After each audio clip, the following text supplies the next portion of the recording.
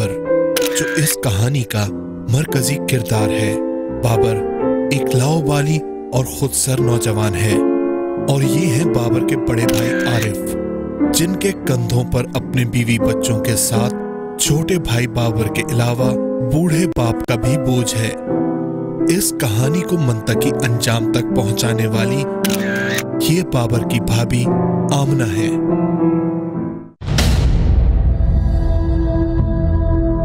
तूने बेईमानी की है मेरे साथ। यार बाबर, जब भी तू हारता है तो हमेशा यही करता है यार। तू लगा दे आज जो कुछ है तेरे पास। मेरे पास तो बहुत कुछ है, तेरे पास क्या है देने के लिए? तू बोल, तू कितने की बाजी खेलेगा? उतनी जितनी तू खेलने की ताकत रखता है। लगा फिर, लाख 10 लाख 20 लाख, बोल कितने की खेलेगा तू? अबे दम है, देगा कहाँ से? तू इसकी फिक्र क्यों करता है? तू बस बाजी लगा, अब चाहे मुझे अपना मकान क्यों ना बेचना पड़े। एक बार फिर सोच ले, एक पैसा भी नहीं छोड़ूंगा मैं। सोचने की क्या बात है यार, मुझे लगता है अब खेलते हुए तेरी रही है। ठीक है बेटा, अभी लग पता जाएगा।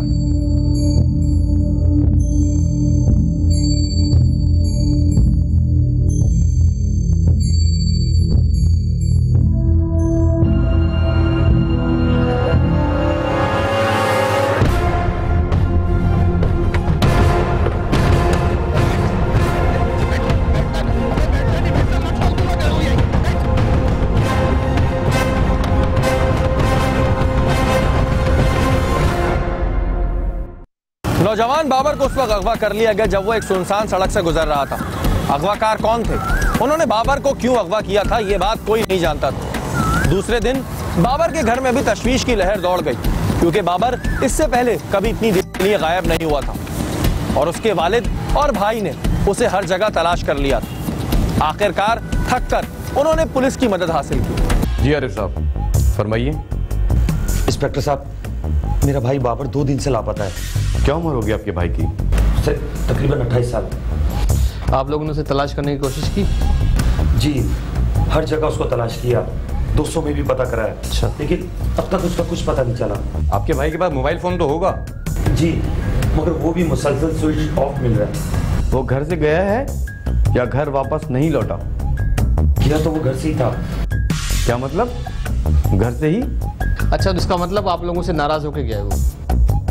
नहीं सर, वो उस दिन घर पर आया था, मगर वो किसी से लड़ के आया था। ओ आई सी। क्या हुआ था उस दिन? उस दिन मैं और बाबा घर पे बैठे बातें कर रहे थे।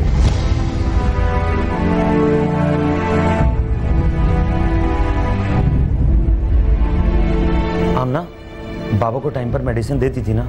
जी, दे दी थी। बेटा, बहू मेरा बहुत ख्याल रखती है। अरे बाबर आ गया, आमना जल्दी से खाना लगाओ। जी, लगाती हूँ। मुझे खाना नहीं खाना। क्यों, बाहर से खाकर आए हो क्या? क्या हो बाबर, क्या भूख नहीं है? मुझे इस वक्त पैसों की जरूरत है। कितने पैसे? 20 लाख। 20 लाख? 20 लाख तो बहुत बड़ी रकम है। पता तो है आप लोगों को, फिर भी पूछते हैं। अब तू जुए में इतनी बड़ी बड़ी रकम लगाएगा? इतनी बड़ी रकम मैं हार चुका हूँ, देना जरूरी है। बाबर, इतनी बड़ी रकम हम कहाँ से लाएंगे? अब एक फूटी कौड़ी नहीं मिलेगी तुझे। उसने मुझे धमकी दी है, अगर 2 दिन में उसको पैसे नहीं मिले तो वो कुछ भी कर सकता है। मैं तुझे समझाता था ना, जीत की इस आस पर जवारी अपना सब कुछ गवा देते हैं। भाई मुझे लेक्चर नहीं, पैसे चाहिए। कहाँ से लाएंगे इतनी बड़ी रकम? मकान बेचकर। कभी नहीं होगा ये। क्यों? इस मकान में मेरा बराबर का हक है। ये मकान मैंने तुम दोनों के रहने के लिए बनवाया है। मुझे नहीं रहना यहाँ, मेरा हिस्सा दें और बाहर कर दें। देखो बाबर, अगर हम मकान बेच देंगे तो कहाँ जाएंगे? मेरी वजह से जहन्नुम में जाओ, तो मेरी जान पे बनी हुई है। मेरे जीते जी ये कभी नहीं होगा। ठीक है, अब तुम लोग मेरी शक्ल देखने के लिए भी तरस जाओगे। बाबर मेरी बात सुन। बाबर मेरी बात तो सुनो। जाने दो उसे, देखली तो ऐसा दिखा रहा है जैसे मकान उसने बनवाया हो। अरे बाबा, उसे रोकिए ना प्लीज। जाने दो, ऐसा निखट्टू आदमी को कोई एक दिन भी नहीं रखेगा।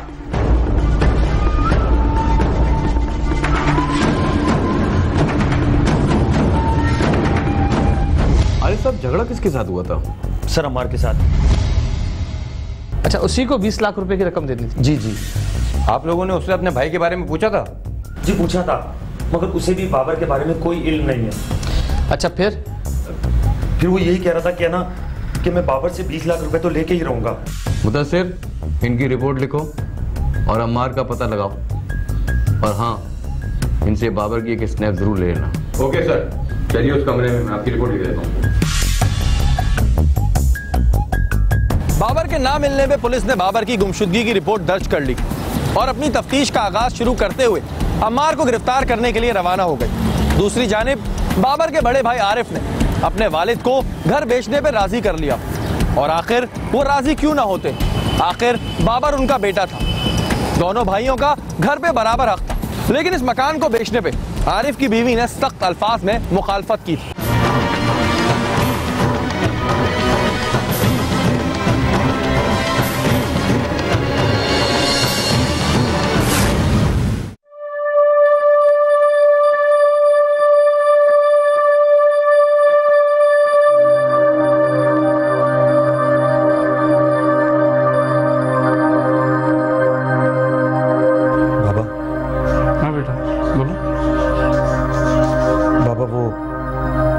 आपसे एक बात करना थी। क्या बात है बेटा? बाबा ये मकान बेचकर बाबर को पैसे दे देते हैं। मकान बेच के रकम उसको दे दूं, तुम्हें क्या मिलेगा? बाबा मुझे कुछ नहीं चाहिए। इस मकान में तुम्हारा भी बराबर का हक है, और देखा जाए तो सबसे ज्यादा पैसा तुमने लगाया मकान बनवाने में। बाबा पैसे थे ना तो लगा दिए। नहीं बेटा, तुम्हारे बीवी बच्चे कहाँ जाएंगे?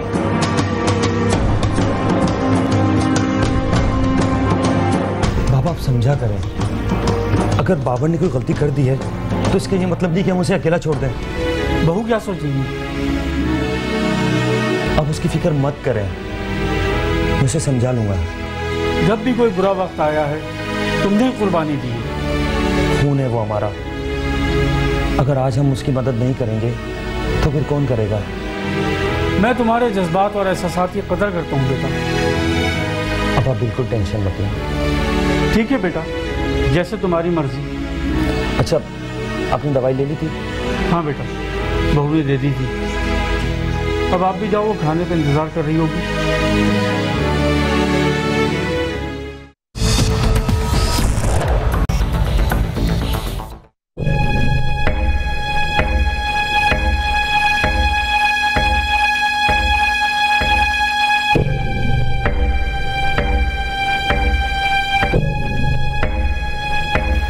क्या बात है, तुम्हारा मूड क्यों ऑफ है?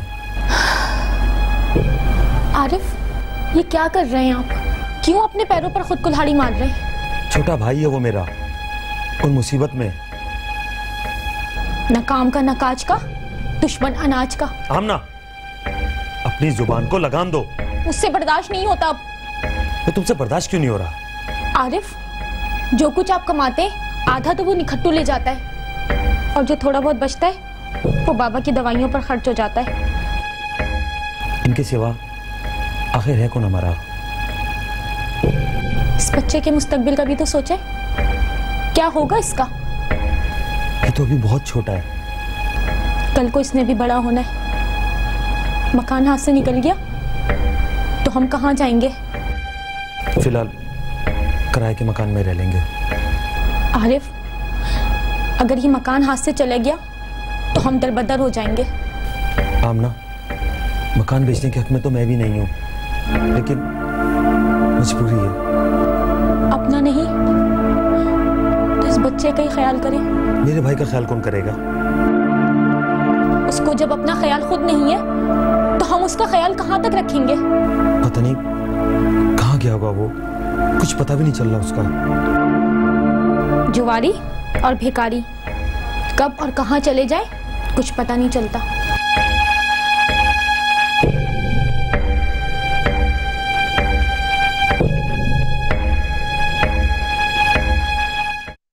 हाँ नदीम, अम्मार ने कुछ बताया?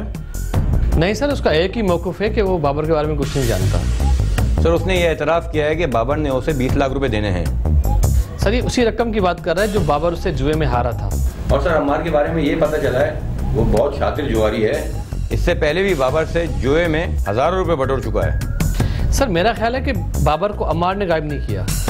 फिर उससे ज़मीन खा गई या आसमान निकल गया, मुझे कुछ नहीं पता, बाबर को कहीं से भी ढूंढ के लेकर आओ। Okay sir.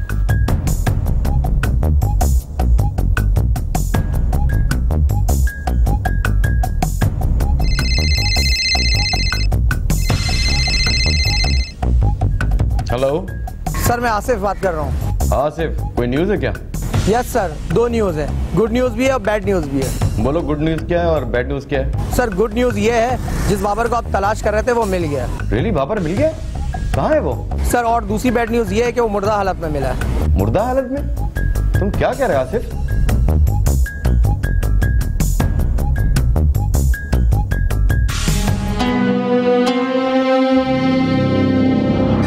बाबा, बाबा ये क्या हो गया बाबा?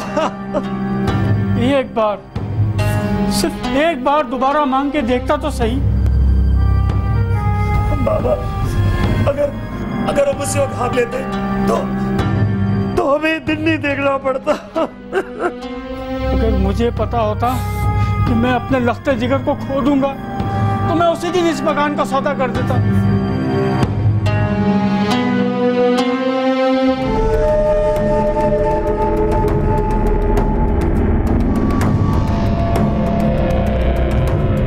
पुलिस को बाबर की मौत की इत्तला मुखबिर खास से मिली। बाबर को किसने अगवा किया और उसे मौत के घाट क्यों उतार दिया गया, ये अभी तक पुलिस के लिए एक मौम्मा था। पुलिस ने जिस शख्स को शक की बिना पे गिरफ्तार किया था उसके साथ अपनी रिवायती तफ्तीश की, लेकिन उसके बावजूद भी उसने अपना बयान नहीं बदला। अब पुलिस को भी ये यकीन हो चला था कि बाबर का कातिल कम से कम अम्मार नहीं। अगर अम्मार बाबर का कातिल नहीं तो आखिर कातिल कौन है?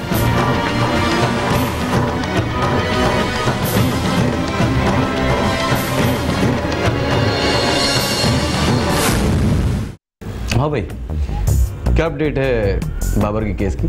सर, एक एनी शायद है जिसने बाबर की लाश को गाड़ी से बाहर फेंकते हुए देखा है। कार का नंबर वगैरह नोट किया? जी सर, बिल्कुल। ये ले सर।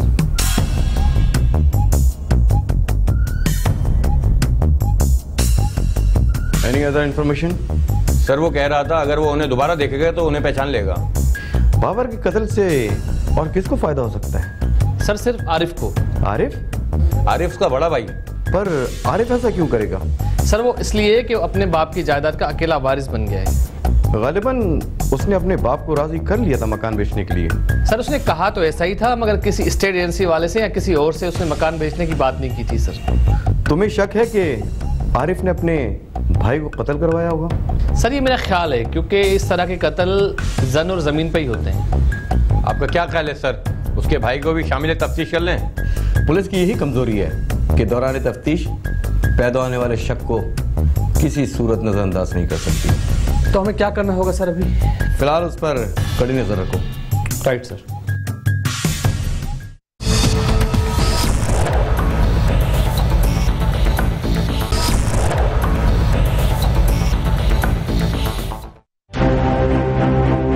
आरिफ, खाना ला दूं? खाना तैयार है। अब तो जी खुश हो गया होगा ना तुम्हारा?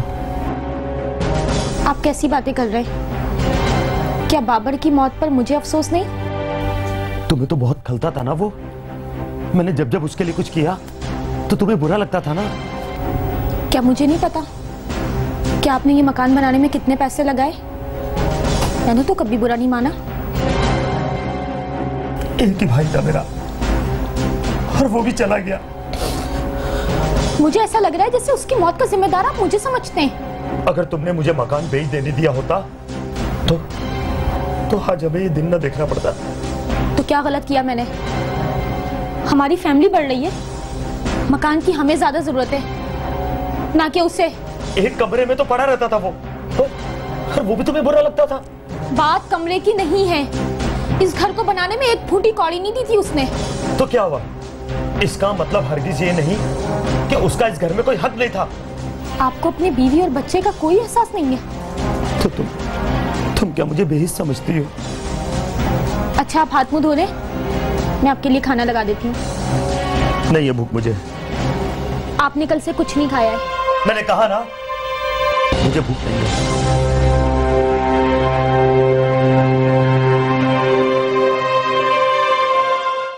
सर, ये दोनों मार्केट में जेवर बेचते हुए पकड़े गए हैं। सर मजे की बात यह है कि ये उसी गाड़ी में फरार हो रहे थे जिस गाड़ी से बाबर की लाश को फेंकते हुए देखा गया। ओह आई सी। बेहतरी इसी में है कि शराफत से सब सच सच बता दो, वरना में जबान खोलने का तरीका आता है। सर आप मुझे 15 मिनट और दे दें, फिर देखेंगे फर बोलेंगे। साहब हमने जेवर चोरी नहीं किया है। हाँ वो बंदा जरूर मारा है। क्या दुश्मनी थी तुम्हारी बाबर के साथ? सर हमारी उनसे कोई दुश्मनी नहीं थी सर, हमें बंदा टपकाने के लिए सुपारी दी गई थी। सिर्फ इतने से जेवर की खातिर तुम्हें बंदा मार दिया? सर खाली जेवर नहीं सर, हमें नकद रकम भी दी गई थी। और ये जेवर तुम्हें किसने दिया था? सर वो खालिद भाई ने। ये खालिद कौन है?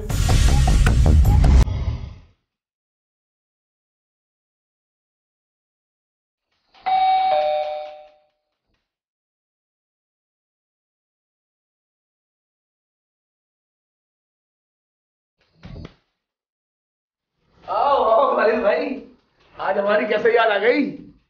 बैठ बैठ। यार तुमसे एक काम आन पड़ा। चलो किसी बहाने याद तो किया। क्या काम है खालिद भाई, हुक्म करो। यार वो क्यों परेशान हो रहा, क्यों घबरा रहा, काम बताओ यार। एक बंदा टपकाना है। बस इतना सा काम? कौन है वो? फिक्र मत करो, काम हो जाएगा। खालिद भाई ख्याल करना हमारा। हाँ यार, नोट भी मिलेंगे और तुम्हें बहुत सारा जेवर भी दूंगा। पहले हम उसे उठा लेते हैं, फिर जैसे ही तुम्हारा हुक्म मिलेगा टपका देंगे। ठीक है, शाम तक मैं रकम बचा देता हूँ। ओके खालिद भाई।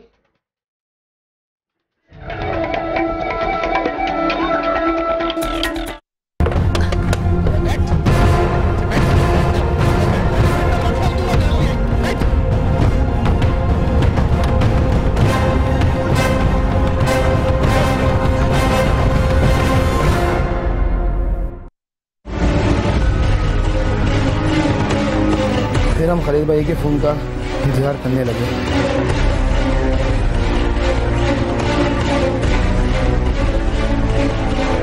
खालिद भाई का फ़ोन आया और उन्होंने कहा कि अब बाबर को ठिकाने लगा दो।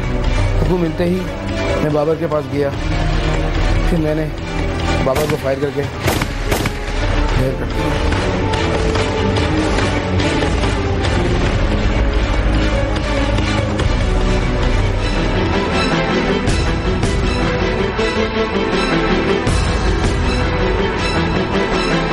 हम कार में बाबर की लाश एक सुनसान जगह पर ले गए और वहां इसकी लाश फेंककर हम फरार हो गए।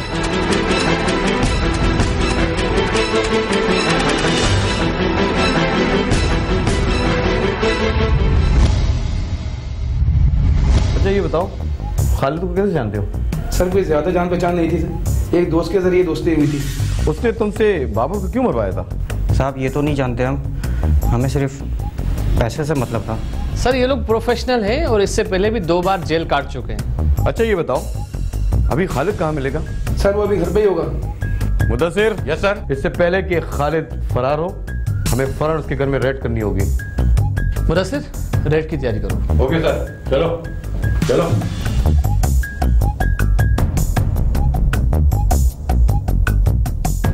पुलिस बाबर कत्ल केस की गुत्थियां सुलझा तो रही थी, लेकिन पुलिस अभी तक असल कातिल तक ना पहुंच सकी थी। यासिर और जमील ने कत्ल जरूर किया था, लेकिन इसके पीछे कौन था यह पुलिस अभी तक नहीं जान सकी थी। पुलिस ने यासिर और जमील की निशानदही पे खालिद को गिरफ्तार करके पुलिस स्टेशन ले आई, लेकिन वो भी असल कातिल नहीं था।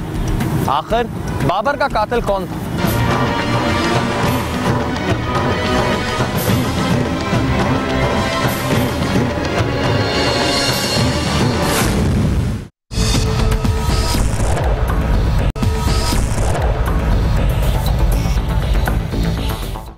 हाँ मुदस्सिर, कुछ बताया इसने? Yes sir. हाँ मुदस्सिर, इसने एतराफ जुर्म किया। सर असल मुजरिम ये भी नहीं है। क्या मतलब? फिर कौन है? हाँ भाई साहब को सच सच बताओ, किसके कहने पे किया था ये सब कुछ? मुदस्सिर इसको एक दफा दोबारा ले जाओ, फिर ये सच बताएगा। बताता हूँ, सब बताता हूँ। नदीम। Yes sir. हमें आरिफ के घर फौरन रेड करनी होगी। Right sir. और इसे भी साथ लेके चलो।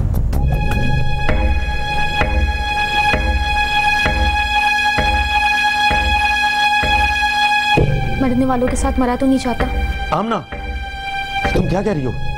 इस तरह से आपका भाई वापस तो नहीं आ जाएगा?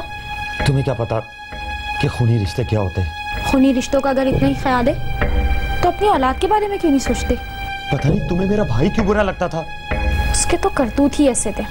आमना, मेरा भाई मर चुका है, बजाय मेरा गम बांटने के तुम इस बात को हवा दे रही हो। आखिर कब तक आप उसके गम में सुलगते रहेंगे? जब तक उसके कातिलों का पता नहीं चल जाता।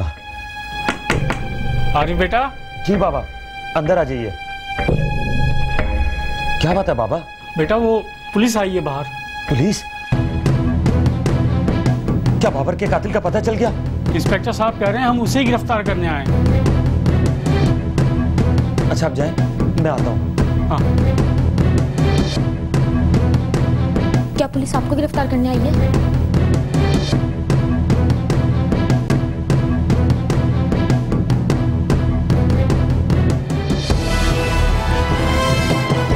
इंस्पेक्टर साहब, कैसे आना हुआ? हम बाबर के कातिल को गिरफ्तार करने आए। बाबर के कातिल को? जी, आपके भाई के कातिल को। इंस्पेक्टर साहब, आपको शक है कि बाबर का कत्ल मैंने किया? हमें शक नहीं, यकीन है। कत्ल आपने नहीं, आपकी बीवी ने किया है। क्या? मतलब आप क्या कह रहे हैं इंस्पेक्टर साहब? मेरी बीवी ने? आमना बीबी, तुम खुद बताना पसंद करोगी या हम अपने तरीके से पूछें? मैं क्यों मरवाऊंगी बाबर को? खालिद को जानती हैं आप? कौन खालिद? मुदस्सिर।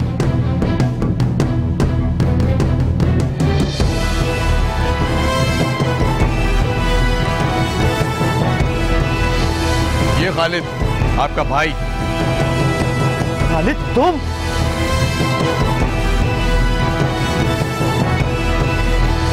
जी बीबी आमना, क्यों मरवाया था बाबर को?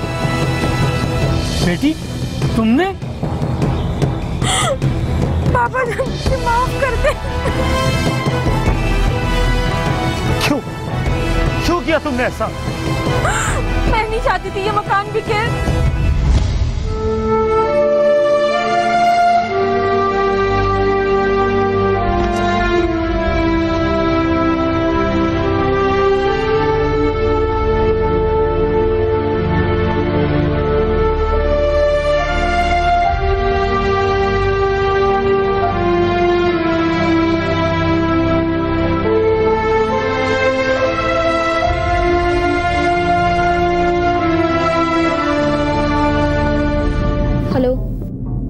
खालिद। जी बाजी, क्या बात है? आरिफ ये मकान बेच रहे हैं। बेचने तो दूसरा ले रहे होंगे। नहीं, वो ये रकम बाबर को दे रहे हैं। क्यों? इस मकान पे तो आरिफ भाई का भी हक है। हाँ, मगर उन्होंने अपना हक भी उसी को दे दिया। क्या बाबर रकम मांग रहा है? हाँ, 20 लाख रुपए जुए में हार गया है, वो अदा करना है। एक मकान ही तो है, मेरा बच्चा रुल जाएगा, मकान भी हाथ से जाएगा और हाथ भी कुछ नहीं आएगा। इसका मतलब है बाबर तुम्हारे रास्ते की रुकावट है? हाँ, कुछ करो खालिद, वरना मैं तो दरबदर हो जाऊंगी। इसका एक ही हाल है। वो क्या? क्यों ना बाबर को रास्ते से हटा देता हूँ। वो कैसे? ये काम तुम्हारे सोचने का नहीं बाजी, पर इस काम के लिए थोड़े से पैसे खर्च होंगे। कितने पैसे चाहिए? मेरे पास बहुत सारा जेवर है। ठीक है, कुछ इंतजाम करता हूँ। ओके, अल्लाह हाफिज।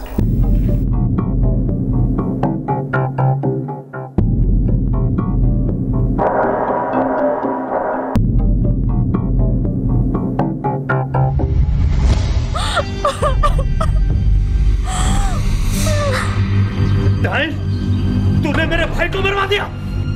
अपने जज्बात को काबू में रखिए आरिफ साहब। इंस्पेक्टर साहब, इस औरत को जिंदा रहने का कोई हक नहीं है। हाँ, मुझे जिंदा रहने का कोई हक नहीं है। बाबा जान मुझे माफ कर दे, मैं मकान की लालच में बहक गई थी।